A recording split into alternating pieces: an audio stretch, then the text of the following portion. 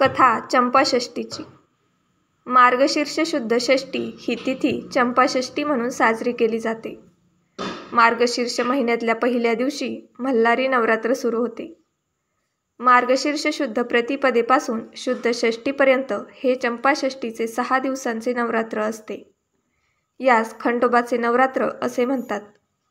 जेजुरीला हा उत्सव खूप मोठ्या प्रमाणात व भक्तिभावाने साजरा होतो. जेजुरी या गावी मल्हारी देवस्थान आहे.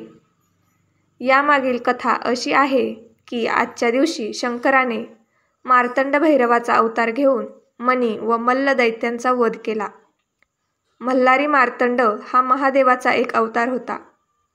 कृतयुगात ब्रह्मदेवाने मनी व मल्ल राक्षसांना वर दिले होते की तुमचा पराभव कोणी करू शकणार नाही. हे वर प्राप्त केल्यावर ते उन्मत्त होऊन लोकांना त्रास देऊ लागले. त्यांचा हा त्रास बघून ऋषीमुनींनी देवांकडे मदत मागितली.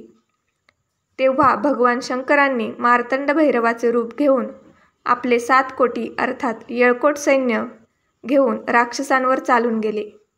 मार्तंड भैरवांनी मनी राक्षसाची छाती फोडून त्याला जमीनदोस्त केले.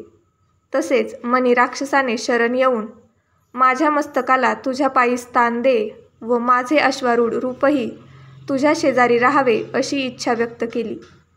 भगवान शंकरांनी तथास्तु म्हटले. नंतर मार्तंड भैरवांनी मल्ल राक्षसाचा पराभव केला. तेव्हा त्याने शरण जाऊन तुमच्या नावाआधी माझे नाव जोडले जावे अशी मागणी केली. तथास्तु म्हणून मार्तंड भैरवाने तेही मान्य केले. तेव्हापासून त्यांना मल्हारी मार्तंड असे म्हटले जाते.